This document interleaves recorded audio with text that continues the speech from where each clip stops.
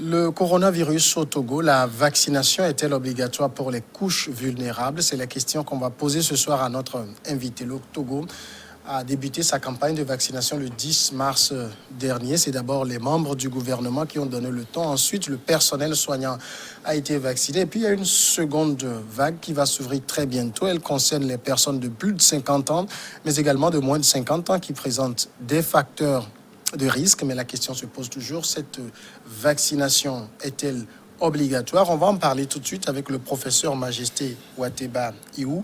Professeur Iou, bonsoir. Bonsoir, cher ami. Merci à vous d'être notre invité. Vous êtes infectiologue, chef du service de traitement des maladies infectieuses au CHU Sylvanus Olympio et surtout ministre de l'Enseignement supérieur et de la Recherche. Merci d'être là. On sait que, je l'ai dit, les membres du gouvernement ont donné le ton à la campagne de vaccination. Vous avez été vacciné. Avez-vous ressenti des effets quelconques?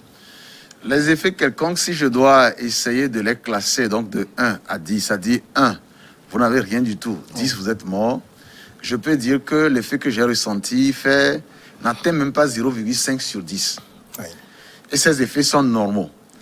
Quand vous prenez tout de suite un médicament, un antibiotique quelconque, vous allez avoir des bourdonnements de ventre. Oui. C'est déjà un effet indésirable. Donc, ce n'est pas un problème.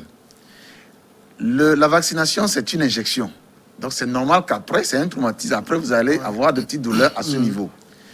Et à chaque fois qu'on a une douleur, il peut arriver qu'on ait une petite fièvre parce qu'on a mal, on a une douleur. Moi, j'ai ressenti un tout petit peu de fatigue, mais ce n'est pas allé plus loin. Et le lendemain, c'était fini. Ça ne m'a même pas empêché dans la soirée de travailler jusque tard dans la nuit. Et le lendemain, rien du tout. La preuve, aujourd'hui, je crois que ça relève définitivement du passé. Et quand j'ai observé, j'ai écouté aussi les autres amis, c'est un peu ça. Ceux qui ont eu plus d'effets, c'est les gens qui ont eu les effets que nous décrivons du genre quand on prend le vaccin contre la fièvre typhoïde, le TAB, c'est les effets, ceux qui en ont eu vraiment beaucoup ceux qui en ont eu beaucoup, c'est ce qu'ils ont décrit. Donc c'est des effets connus qui ne sont pas des effets qu'on a au-delà de ce que nous connaissions d'habitude. Donc je pense que l'effet secondaire là était important. Mais j'allais même dire que si on n'avait pas eu ces effets secondaires, je pense qu'il aurait fallu mettre un doute sur l'efficacité de ce vaccin. C'est des effets attendus. Un bon vaccin doit donner quelques légers effets secondaires. Alors justement, en parlant d'effets secondaires, il y a votre collègue, le professeur Didier Ekwevi, qui est président du conseil scientifique, qui disait ce matin sur une radio qu'il y a eu des gens qui ont eu des douleurs au point d'injection. C'est ce que vous avez dit. Il parlait également de maux de tête, de fièvre et même de retard d'éjaculation. On est un peu dans la même fourchette d'effets qui étaient attendus. Retard, ça, je n'ai pas suivi, mais parler de retard d'éjaculation, il faut déjà savoir si la personne éjaculait vite. Donc, je pense que ça, c'est très subjectif. Il ne faut pas considérer ça. C'est très subjectif. Vous savez, les problèmes sexuels, il y a une forte composante psychologique. Il y a une forte composante psychologique. Autant vous n'allez pas désirer votre sœur, c'est comme cela que vous êtes en droit de désirer quelqu'un que vous ne connaissez pas. Donc, il y a une composante psychologique qui fait qu'on peut être performant ou ne pas être performant en fonction des circonstances dans lesquelles on se trouve. Moi, je crois que imputer un problème, dire que la vaccination a pu causer un problème sexuel à des gens, je pense, pour mon humble avis, que je ne crois pas à ça. Mais est-ce que vous pouvez tout de suite confirmer que toutes les personnes qui ont été vaccinées le mardi, le mercredi et ensuite n'ont eu rien d'extraordinaire comme effet? Tout le monde est opposé, on n'a rien eu d'extraordinaire. Il y a eu des petits effets secondaires pour certaines personnes, comme j'ai dit, ce qui est normal lié à une vaccination efficace. Une vaccination, c'est un corps étranger. On est en train d'administrer dans votre organisme un corps étranger pour obliger votre organisme à élaborer, forcer des anticorps pour se protéger contre la vraie maladie qui viendra demain. C'est ça. Donc l'organisme, par sa nature, rejette tout ce qui n'est pas de lui. On appelle ça le non-soi. L'organisme le rejette de façon systématique et automatique. Donc le vaccin est un corps étranger, une substance étrangère à l'organisme. Quand vous administre, il est normal que votre organisme le refuse de façon temporaire. Et là, le refus va se traduire par les manifestations qu'il va essayer d'opposer au vaccin. Et c'est cette manifestation, dans un premier temps, qui est une manifestation, on dira physique, après va se traduire en manifestation humorale, c'est-à-dire finit par la fabrication ou la synthèse des anticorps qui vont être vraiment les véritables protecteurs pour demain. Donc l'organisme, les vaccins que nous prenons et les anticorps que nous attendons de ces vaccins, l'objectif, c'est avoir des anticorps pour faire mal au virus qui viendra demain. Bien sûr. Ça veut dire que pour faire mal à ce qui n'est pas de nous, ce qui n'est pas de soi. Donc à chaque fois qu'il va arriver, il y aura une petite réaction, une petite défense, et c'est pour ça que l'organisme doit être préparé. Donc ce n'est pas quelque chose de... Nous sommes vraiment désolés qu'au XXIe siècle, les choses ne sont pas faciles. Parce que tout le monde est médecin aujourd'hui. Tous les téléphones portables sont devenus des stations d'émission de nouvelles. Et tout détenteur d'un téléphone portable est un journaliste, est un leader d'opinion. C'est ça qui fait que, il y a 100 ans, les gens n'avaient pas ce problème. Il y a 50 ans, les gens n'avaient pas ce problème. Les gens savaient d'emblée que quand vous avez un enfant, certainement, quand vous avez envoyé votre enfant à la vaccination après sa naissance, vous saviez que l'enfant va chauffer la nuit. Et en même temps, on vous prescrit que s'il fait la fièvre, donnez-lui Efferalgan sirop. Ça, on le sait. Aujourd'hui, dans Covid, quelqu'un qui fait la fièvre parce qu'il a pris un vaccin, ça devient un problème. Ça, je crois que nous devons dépasser ça en nous disant que c'est un traitement. Et ce traitement-là, il a tout de suite des effets secondaires immédiats, des effets secondaires pour quelques jours, et après, maintenant, on rentre dans une phase normale et ce qui est prévisible. Alors, il y a quand même tout un débat qui entoure aujourd'hui le vaccin que le Togo administre, qui est celui du laboratoire anglais AstraZeneca. Vous suivez tout autant que tout le monde. Tous ces pays qui ont suspendu, les deux derniers en date, c'est l'Allemagne et la France qui viennent de suspendre l'administration de ce vaccin. Est-ce que, professeur Ouatteba, vous n'êtes pas inquiet, vous? Non, pas du tout. Pas du tout, parce que c'est la mauvaise connaissance de la médecine qui fait faire tout ça là. Malheureusement, même aujourd'hui, les grands décideurs qui peuvent décider de l'arrêt d'un processus vaccinal ne sont pas des médecins. Et dans cette histoire, ils sont conseillés par des médecins qui sont dans des mais le comités simple fait, aussi. je vais vous étonner. Oui. Beaucoup de gens qui conseillent ne sont pas dans la pratique médicale. Beaucoup de gens qui conseillent ne sont pas dans la pratique médicale. Et j'ai dit beaucoup de choses à travers ça. Vous allez voir que quand vous êtes un conseiller, généralement d'un chef d'État, par exemple, vous n'êtes plus à l'hôpital, vous ne faites plus les gardes. La réalité médicale, vous l'aviez fait peut-être un mois donné, mais là, vous êtes plutôt dans l'administration. Et c'est vous qui conseillez en tenant compte effectivement des données que vous recueillez sur le terrain.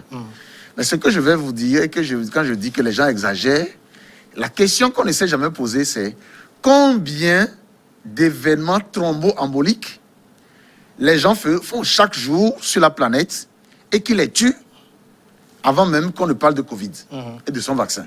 Ça, on n'a pas encore posé ce problème. Combien de gens au Togo, combien de gens font les AVC? Les AVC, il y a des AVC de nature thromboembolique. Combien de gens font les thromboses des veines, des membres inférieurs, les femmes obèses? Combien de femmes enceintes font les complications thromboemboliques? Combien de gens meurent de crise cardiaque? C'est aussi des thromboses. Quand on dit les morts de crise cardiaque, c'est-à-dire un vaisseau du cœur s'est bouché, on n'a pas dit d'infarctus du myocarde, d'ischémie du myocarde, il en meurt, c'est toujours les thromboses. Combien de gens en meurent chaque jour? Combien de gens sont devenus sourds tout simplement, alors que c'est un phénomène thromboembolique? Combien de gens sont devenus aveugles parce que c'est l'artère qui permet de voir, qui nourrit la zone de la vision qui est obturée, et ils sont devenus sourds. Ça, on n'en parle jamais. Les drépanocytaires, ils font tout le temps des maladies thromboemboliques. C'est pour ça qu'ils ont mal dans les os. C'est les mêmes choses. C'est des thromboses qu'ils font. C'est ce qui fait qu'ils ont parfois des douleurs. Combien de drépanocytaires au Togo ne font pas ces complications? Combien de gens, après qu'ils aient été opérés, sont morts de complications thromboemboliques? On vous dira, après, quand vous êtes opéré, qu'on n'a qu'à tourner le malade sur le lit de temps en temps. Combien de gens? Vous allez voir que même dans notre pays, c'est des dizaines de gens chaque jour qui font de ces affections. Et quand vous le prenez au monde, c'est des millions de gens tous les jours. Et voilà que nous sommes en train de faire une vaccination. Il y a eu sur toute la planète des gens qui auraient fait quand même leur thrombose. Même sans vaccination, il y a eu un concours de circonstances sur des millions de gens. On a quelques personnes et puis les gens crient à la panique. Un autre élément que j'aimerais vous dire. Aujourd'hui, à Kégué, quand je dis Kégué, dans la pratique médicale de façon courante, les cardiologues vont vous le dire, les neurologues vont vous le dire. Si vous avez un patient aujourd'hui chez qui vous suspectez une maladie thromboembolique, que ce soit dans le cerveau, que ce soit dans le rein, que ce soit dans le cœur ou partout ailleurs, généralement, quand vous leur faites le test Covid, il est positif. D'accord. Ça veut dire que et ils ne sont pas forcément malades. Il y a des asymptomatiques. Ça veut dire qu'il y a des gens qui sont déjà... Parce que nous vaccinons les gens sans avoir fait le dépistage. Oui. On vaccine les gens sans avoir fait le dépistage. Vous avez certainement vacciné 1 million de gens. Vous avez certainement vacciné quelqu'un qui est déjà porteur d'un phénomène thromboembolique en cours. Et la vaccination a fait que la personne la développe davantage et peut-être en meurt. On va lier ça au phénomène thromboembolique. Ça, avant que les autorités, même politiques dans tous les pays, étiquettent cette vaccination comme étant la source de cette thromboembolie-là, que nous appelons ici iatrogène, c'est-à-dire de cause médicale, il faudrait qu'ils se demandent combien d'événements thromboemboliques ont lieu quotidiennement dans leur pays en marge de la vaccination anti-Covid. Ils comprendront que ce n'est pas cette vaccination qui rajoute les événements thromboemboliques, mais les événements thromboemboliques étaient déjà présents. Alors, vous avez par exemple du côté de l'Allemagne l'Institut médical Paul Ehrlich, qui est un institut qui conseille véritablement le gouvernement, qui estime que d'autres examens sont nécessaires. Et il dit que, parce que l'Allemagne, comme je le dis, a décidé de suspendre également l'administration d'AstraZeneca, cette décision de suspension est intervenue après de nouvelles informations concernant des thromboses de veines cérébrales en lien avec la vaccination en Allemagne. Donc, l'Institut a quand même réussi, disons-nous, à faire ce lien-là. Oui, c'est des études. Je suis un scientifique. Hein. Oui. La conduite des examens, de ce qu'on appelle les essais cliniques, je sais comment ça se fait. Ce n'est pas comme cela qu'on fait des études cliniques et on sort des résultats. Pour qu'on puisse étiqueter le lien de causalité entre la vaccination et la survenue des manifestations thromboemboliques, il faudrait faire une étude qu'on appelle les études de cohorte. Oui. C'est-à-dire les études où on prend d'un côté, vous prenez par exemple 1 million de gens que vous suivez pendant un certain nombre de temps, sans vaccination, ou alors à qui vous administrez quelque chose, un médicament autre. Et vous prenez aussi 1 million de gens qui ont tous les mêmes caractéristiques et vous leur administrez aussi la vaccination. Et c'est là vous allez voir entre les deux, là où il y a plus d'événements. Ça, c'est très important. L'autre élément, c'est que vous prenez par exemple les gens Covid positifs, à la vue qu'on ne connaît pas, mais à qui on administre la vaccination, et les gens Covid positifs, à qui on n'a pas administré la vaccination, et vous les surveillez. Ça vous permettra après, mais depuis quand on a commencé à parler de thromboembolie, pour que déjà les gens sortent déjà des études pour imputer directement le phénomène à la vaccination. C'est trop rapide pour pouvoir faire de ces conclusions. Cependant, il y a tellement de polémiques. La polémique n'est pas que dans la rue, hein. Elle est aussi au niveau des scientifiques. Des scientifiques, justement. C'est ça qui étonne. Voilà, elle est aussi au niveau des scientifiques. Vous avez des scientifiques de renom qui sont des anti-vaccins aujourd'hui bien connus. Donc, ils vont alimenter la toile avec tout ce qu'ils veulent. Ça fait partie du jeu aujourd'hui. Et vous allez voir que, autant nous les scientifiques, hier, quand les gens nous agressent, on le vivait mal, mais aujourd'hui, être agressé n'est plus un problème. Puisque c'est devenu le quotidien. Le quotidien, nous sommes dans un monde où le monde a changé. Et le monde a vraiment changé. Si vous réveillez les gens qui sont morts il y a 10 ans, et ils voient ce qui se passe aujourd'hui avec les réseaux sociaux, le monde a changé. Donc, toi qui, aujourd'hui, scientifique, tu dors mal parce que les gens parlent de toi pour un propos que tu as tenu ou que tu n'as pas tenu, c'est vraiment une perte de temps. Il faut viser l'objectif, il faut voir quelle est la valeur ajoutée, quel est l'impact positif qu'une action publique, de santé publique qu'on mène, apporte. Ça, c'est très important. Donc, je crois que par rapport à cela, nous pensons que par rapport aux gains que cela rapporte en se vaccinant versus ne pas se vacciner, je crois que le phénomène ne se discute pas. Mais oui, quand vous avez des pays comme j'ai cité la France, l'Allemagne, l'Italie, la Finlande, la Suède, la Lituanie, l'Estonie, etc., vous avez la RDC qui l'a fait, le Bénin qui attend d'abord de le faire. Est-ce qu'il n'était pas de bon ton dans une logique de rassurer peut-être cette population qui est très exposée à ces informations qui arrivent, de prendre une pause, le temps d'avoir un certain nombre de données qui proviennent de ces pays avant de reprendre la vaccination? Tous ces pays que vous avez cités, combien d'entre eux ont déjà fabriqué un vaccin? Combien d'entre eux ont fabriqué? Même la France, où est son vaccin? Il n'y en a pas. Il n'y en a pas. Le Togo, Vous savez, le Togo également. Oui, le Togo également. Donc, le par Togo, prudence, peut-être aujourd'hui arrêter. aujourd'hui au Togo, mais pourquoi écoutez, vous croyez que les routes, là, il n'y a pas des gens qui meurent tous les jours sur les routes? Oui, justement, mais la mort sur la route... Oui, mais est-ce que pour autant, on va dire aux gens ne roulez plus? Aujourd'hui, nous avons ce qu'on appelle la pharmacovigilance. Oui. C'est-à-dire que nous avons injecté et nous recueillons les informations, nous écoutons les gens. À ce jour... Ça veut dire que vous vous servez des gens comme des cobayes, c'est ça? Non, c'est pas du tout ça. C'est pas du tout ça. Servir des gens comme des cobayes. Quand tu vas voir ton médecin et qu'il te prescrit des médicaments, il te dit après de revenir le voir. Est-ce que parce qu'il t'a dit de venir le voir, donc tu es de facto un cobaye? Non. C'est dans la nature, c'est dans les règles de la prescription médicale de revoir son patient.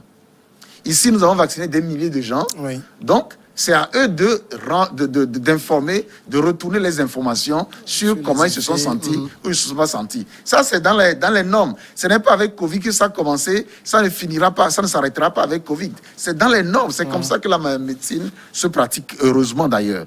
Donc, pour ça, je pense que le problème n'est pas encore du tout à ce niveau. Je le disais tout à l'heure. Et le vendredi passé, il y a une émission qu'on a faite qui est devenue polémique partout. Oui, justement. Mais à la limite, ça fait le ridicule. On a senti en vous un ton menaçant. Voilà, ceux qui ne vont pas se faire vacciner vont payer de leur poche le traitement. Évidemment, c'est ce qui va arriver. C'est ce que vous disiez. Toute annonce nouvelle choque les gens. Mais c'est ce qui va arriver. C'est ce qui va arriver. Quelle que soit la maladie au monde, les gens vont payer. Vous êtes dans ce studio. Aucun d'entre vous ne porte le masque. C'est ça la réalité. Aucun d'entre vous ne porte le masque. Vous avez quand même une certaine distance entre moi et le technicien qui est là-bas. Non, mais vous êtes dans une ambiance climatisée, une ambiance réfrigérée, où le Covid va traîner ici, vous allez le choper à tout le monde. Aucun d'entre vous ne porte le masque. Mais vous êtes les premiers à critiquer le plus. C'est ça, à un moment donné, ça devient un peu... Nous avons aussi d'autres choses à faire. Oui. Quand vous dites nous, vous parlez de qui? Nous, moi, les scientifiques qui vous parlent tous les jours. Oui. Les scientifiques, c'est votre travail que vous faites là. Non, mais justement, notre travail, c'est de vous sensibiliser, que vous aussi, vous changez. Mais quand nous vous parlons, que vous ne changez pas, c'est comme si vous vous moquez de nous. C'est ça la réalité. Oui, mais là, vous êtes en train de menacer. Non, on n'est pas en train de menacer. Oui. Prenez-le comme vous le voulez. Ce n'est pas une menace. On est en train de vous dire que quand on parle à des gens, il faut que les gens changent. Si vous êtes, par exemple, vous avez posté un policier devant un feu rouge. Oui. Son rôle, c'est de constater que vous respectez les feux. Vous voyez le policier, mais à chaque fois que le policier vous dit « ne faites pas ça », vous violez toujours le feu. Qu'est-ce que vous voulez? Il finira par arrêter votre moto. Et vous allez dire qu'il est violent, qu'il vous a pris votre moto. Comment aujourd'hui, au 21e siècle, à des gens qui ont été à l'école, on leur dit « portez le masque, c'est ça qui va vous sauver ». Mais vous ne le portez pas. Mais maintenant, quand nous vous disons « vous ne portez pas le masque », vous dites quand vous violez. Qu'est-ce que nous voulons finalement? Si vous allez à l'église, et que le prêtre, le pasteur vous dit, si vous péchez, vous faites ceci, vous faites cela, vous irez en enfer. Ça, ce n'est pas une menace. Ça, ce n'est pas une menace. Si le pasteur vous dit, ce que vous faites là, vous irez dans le feu éternel. Ça, ce n'est pas une menace. Mais quand le scientifique vous dit, vous ne portez pas les masques, voilà les conséquences qu'il y a. Là, on menace les gens. Oui, mais là, vous n'aviez pas parlé du masque, professeur Ouatteba. Vous avez parlé de la vaccination. Mais c'est la même chose. Mais la vaccination n'est pas obligatoire, professeur Ouatteba. Est-ce que vous êtes en train de vouloir la rendre obligatoire? Est-ce qu'aujourd'hui, cher ami, on rend la vaccination obligatoire au Togo? Cher ami, déjà, vous refusez le masque. On voudrait bien comprendre ça. Déjà, on n'a pas refusé le masque, professeur Ouatteba. On n'a pas refusé le masque. On n'a pas refusé le masque. Non, mais où est votre masque? Oui, moi, je suis j'anime l'émission tous les jours. Je ne suis pas en masque. Voilà, c'est ça le piège. Qui a son masque, qui est là, c'est ça le piège. Là, on parle de vaccination, mais professeur c'est la même chose, de la même façon. Il y a un choix que chacun opère de se faire ou de ne pas se faire vacciner. De la même façon, vous savez, c'est trop facile de dire l'État n'a pas fait ou l'État a fait de trop. Oui. De la même façon que nous avons refusé aujourd'hui les mesures barrières. C'est un constat, tout le monde le voit. Tout le monde le dit, mais personne ne dit rien. De la même façon que nous avons refusé les mesures barrières, c'est de cette même façon que nous sommes en train de refuser aussi les vaccins. Et nous entourons tout ça avec des mythes, avec des histoires n'en point fini. Mais la réalité, c'est quoi? C'est que c'est votre droit le plus absolu de refuser le vaccin. C'est votre droit. Oui. Mais n'oubliez pas que derrière ce droit, vous avez un devoir. Le devoir, c'est que quand vous refusez de respecter vous n'avez que des droits, sachez que l'engagement de vos devoirs, c'est aussi être responsable de ce qui va en découler. Bien sûr. C'est tout. C'est tout. Ça dit que la responsabilité immédiate, c'est que vous allez, quand vous tombez malade, vous allez souffrir. Ça là, personne ne viendra adosser cette souffrance pour vous. Bien sûr. Vous allez souffrir. Et la deuxième chose, toutes les conséquences qui peuvent en découler. Quand on tombe malade, on ne guérit pas forcément. C'est ça la réalité. Donc, il faut comprendre que si nous avons des droits, nous avons aussi des devoirs. Et nos devoirs ne peuvent pas devenir éternellement les obligations de quelqu'un d'autre. C'est tout. Nous disons aux gens, la vaccination s'avère aujourd'hui comme l'arme qui va vraiment nous aider tous. Mais ceux qui sont porteurs de ce que vous appelez les comorbidités, si vous refusez le vaccin, la conséquence logique, c'est que vous allez tomber malade. Aujourd'hui, on se dit qu'on n'a pas encore suffisamment vacciné tout le monde pour que chacun soit responsable devant ces phénomènes-là. Donc, on le fait d'abord. On le fait. Maintenant, le jour où ça va être fait suffisamment, ça veut dire qu'aujourd'hui, on peut dire que nous sommes arrivés suffisamment là où on peut arriver pour que chacun, aujourd'hui, tes parents ne seront pas éternellement être là à être responsables de toi. Le rôle de tes parents, c'est de te mettre au monde, de te mettre à l'école, de te montrer le chemin. Et ils vont te suivre jusqu'à un âge donné. Passé cet âge, si tu n'es pas responsable et tu n'as pas réussi ta vie, tes parents vont te dire un bon matin, va te chercher. Bien sûr. Ça veut dire que tu seras responsable de ce que tu auras voulu être. C'est ce que nous disons. L'État, son rôle, c'est quoi? C'est négocier avec vous, les journalistes, pour faire des émissions et sensibiliser. Ce que nous faisons depuis le début de la Voilà. pandémie. C'est dire aux gens, portez le masque, instruire les gens, leur nous dire les suivons le avantages faire et les également. inconvénients. C'est mettre en place un centre qui prenne les gens en charge. C'est aussi dire aux gens que je vais le faire jusqu'à une période parce que vous n'étiez pas préparés. Mais si vous continuez à rester toujours impréparés, là, en ce moment-là, un jour viendra, je ne peux plus continuer. Ça, ce message, il est bon. Et je vais vous dire une chose. Les gens n'écoutent plus les émissions. On a tellement parlé que les gens n'écoutent plus les émissions. Ouais. C'est-à-dire que C'est un risque de la communication. Et quand on communique trop, ça tue la communication.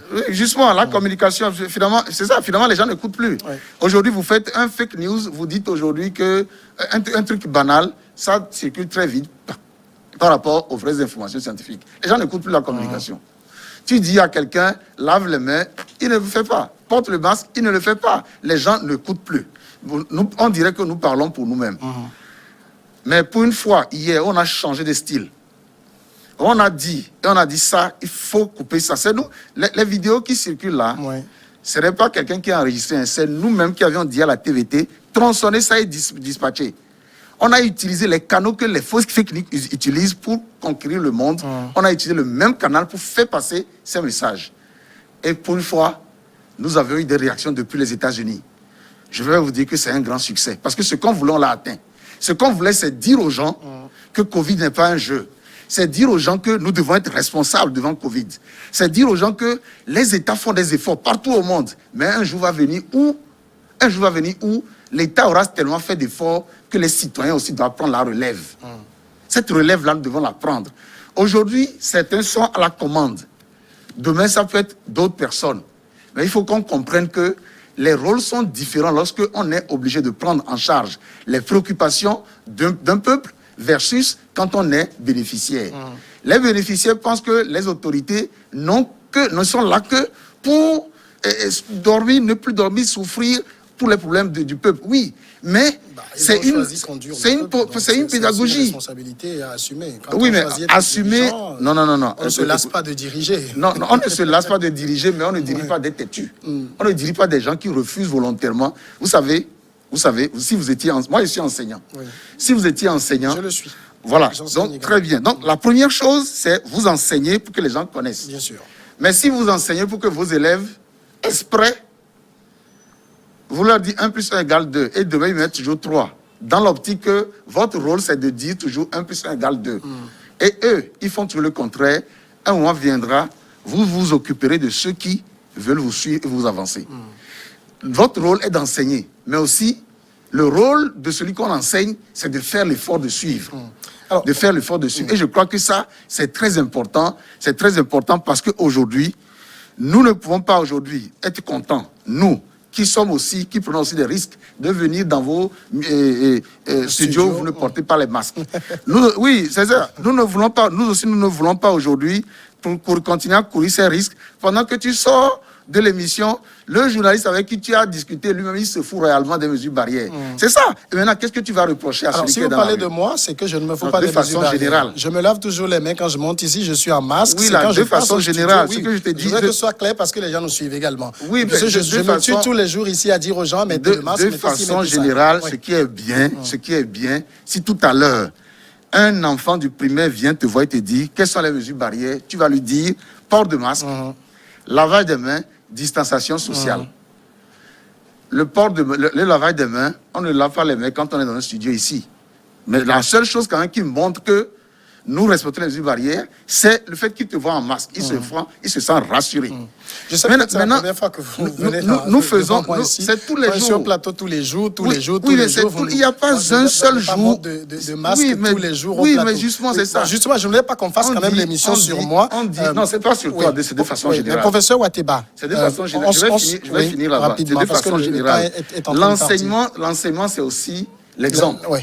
L'enseignement, c'est aussi l'exemple. Si je dis toujours aux gens, marchez sur la tête et que moi, je marche sur les pieds, C'est qu'il y a un problème. trompe les gens. Donc, je pense que nous qui communiquons aux gens, au-delà, les gens doivent nous voir faire cet effort d'être toujours dans cette exigence. Ce n'est pas du tout simple, mais c'est une exigence pour donner l'exemple aux gens. C'est D'accord, de vous ça avez que je été parle. compris rapidement, professeur Wateba, ce vaccin, vous allez le dire en quelques minutes, quels en sont les effets bénéfiques? Les essais bénéfiques, nous le disons tous les jours. Nous le disons tous les jours et je vais encore le redire. Un vaccin, c'est une substance qu'on introduit dans l'organisme humain pour susciter le développement d'anticorps. Ouais. C'est ça un vaccin. Donc quand tu as les anticorps, tu te protèges contre la maladie. C'est ça le but d'un vaccin.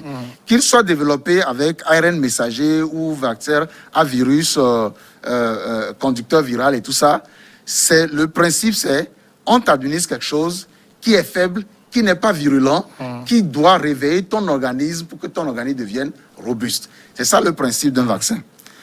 Maintenant, en marge de ce système vaccinal que nous connaissons, nous ne parlerons pas ici des anticorps, comment on peut faire les thérapies à base d'anticorps, mais le vaccin va disponibiliser dans ton organisme tes propres anticorps qui vont lutter contre le virus. Et c'est pour cela que la vaccination ici est importante parce que dans le cas des virus, on ne sait jamais comment un virus se développe dans un organisme donné. Et c'est l'incertitude de l'évolution de la maladie virale qui fait qu'on est obligé toujours de se préparer parce que autant ça peut bien se passer chez votre compatriote A, mais le compatriote B, lui chez lui, ça va être un drame. Et pour ne pas vivre ce drame-là, il faut que nous puissions vraiment accepter, adopter la vaccination pour y arriver. Maintenant, l'autre question aussi qui est intéressante, qu'est-ce que professeur Iou a gagné en incitant les gens à se vacciner? Moi, je suis déjà vacciné. Ce débat ne se pose pas dans ma famille. Ce débat ne se pose pas dans ma famille. Quel intérêt j'ai? C'est pour ça que nous disons que notre rôle est de répéter. On dit enseigner, c'est répéter. Mais il faut enseigner à des gens qui acceptent de voir l'intérêt, la valeur ajoutée qu'il y a dans cet enseignement. Mais on le dit toujours, on n'obligera personne. On n'obligera personne. Mais vous devez savoir une chose. L'argent qu'on a pris pour faire une route, c'est ton argent, c'est mon argent, c'est notre argent, nous tous. Bien sûr. L'argent qu'on prend pour soigner quelqu'un au CHF pour lui payer l'oxygène, c'est notre argent, nous tous. Contribuable. Mais si moi je refuse de me vacciner aujourd'hui, ce n'est pas très normal qu'on prenne ton argent pour me soigner alors que j'ai refusé de faire ce qui pouvait faire économie de cet argent pour financer le développement. C'est pour ça que nous disons que la responsabilité individuelle et collective est importante pour que nous comprenions que le message contre Covid aujourd'hui, on n'apprend plus aux gens les mesures barrières. On n'apprend plus aux gens c'est quoi coronavirus. Vous allez voir que nous ne disons même plus combien de morts il y a eu, combien de nouvelles infections il y a eu. Nous sommes dans une autre phase de sensibilisation où il faut qu'on avance. Il faut qu'on avance, il faut que nous comprenions que nous gagnons en posant les bonnes questions. La dernière fois, il y a eu à l'émission sur la télévision nationale, Rapidement, professeur. il y avait un problème extraordinairement préoccupant dont nous avons parlé. Mais personne ne l'a évoqué à ce jour. C'est l'existence du variant anglais, qui fait 30% de ce qui circule. Ça n'a intéressé personne. ça n'a intéressé personne. C'est le supposé, on va dire, menace qui a intéressé les gens. Voilà les questions concrètes. Ouais. Donc, quand nous venons aujourd'hui aux émissions, que les gens nous posent les questions sur la base, ce variant qu'on a aujourd'hui, est-ce que ces variants-là, par rapport aux vaccins dont nous disposons, et les autres vaccins, quelle est son efficacité? La réaction de l'Afrique du Sud également, etc. Ce sont les questions qu'il faut poser pour qu'on avance, parce que l'humanité qui va refuser le vaccin coronavirus, l'humanité va souffrir, nous allons souffrir. Donc, si aujourd'hui, vaccin AstraZeneca a supposé qu'il n'était pas le meilleur, le débat c'est, si celui-là n'est pas le meilleur, comment ferons-nous pour avoir le meilleur? D'accord. En attendant, est-ce que celui-là que nous avons, est-ce que ça peut nous avancer un peu? D'accord, merci beaucoup, professeur Majesté Ouateba Iou. Le temps est parti très vite. Merci d'être venu répondre à nos questions. Vous êtes infectiologue, chef du service de traitement des maladies infectieuses au CHU Sylvanus Olympio. Voilà, on va marquer tout de suite la pause. 10 minutes de journal et puis regard croisé.